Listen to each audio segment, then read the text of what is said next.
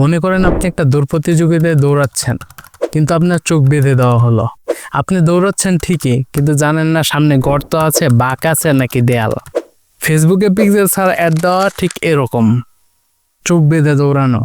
অনেকে ভাবে ফেসবুকে অ্যাড দিলেই হইল, ট্রাফিক আসতেছে, রিচ বাড়তেছে, খরচও তেমন বেশি না, পিক্সেল দিয়ে কি হবে। কিন্তু ভাই, ট্রাফিক আসলেই তো বিজনেস হয় না।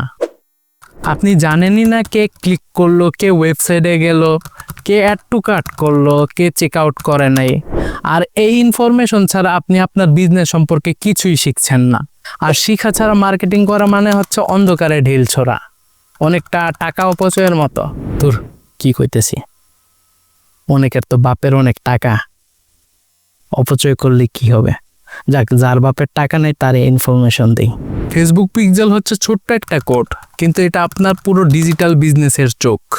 এটা আপনার ওয়েবসাইটে ব্যবহার করলে আপনি দেখতে পারবেন কে আসলো, কে যাচ্ছে, কে আগ্রহী না, কে কতক্ষণ থাকছে।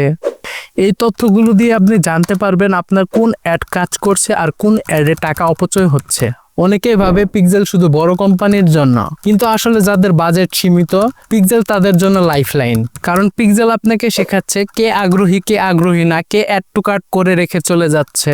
আর এই ডাটাগুলো দিয়ে আপনি আপনার টার্গেট ঠিক করবেন, রিটার্গেট করবেন, লুকে লাইক অডিয়েন্স বানাবেন।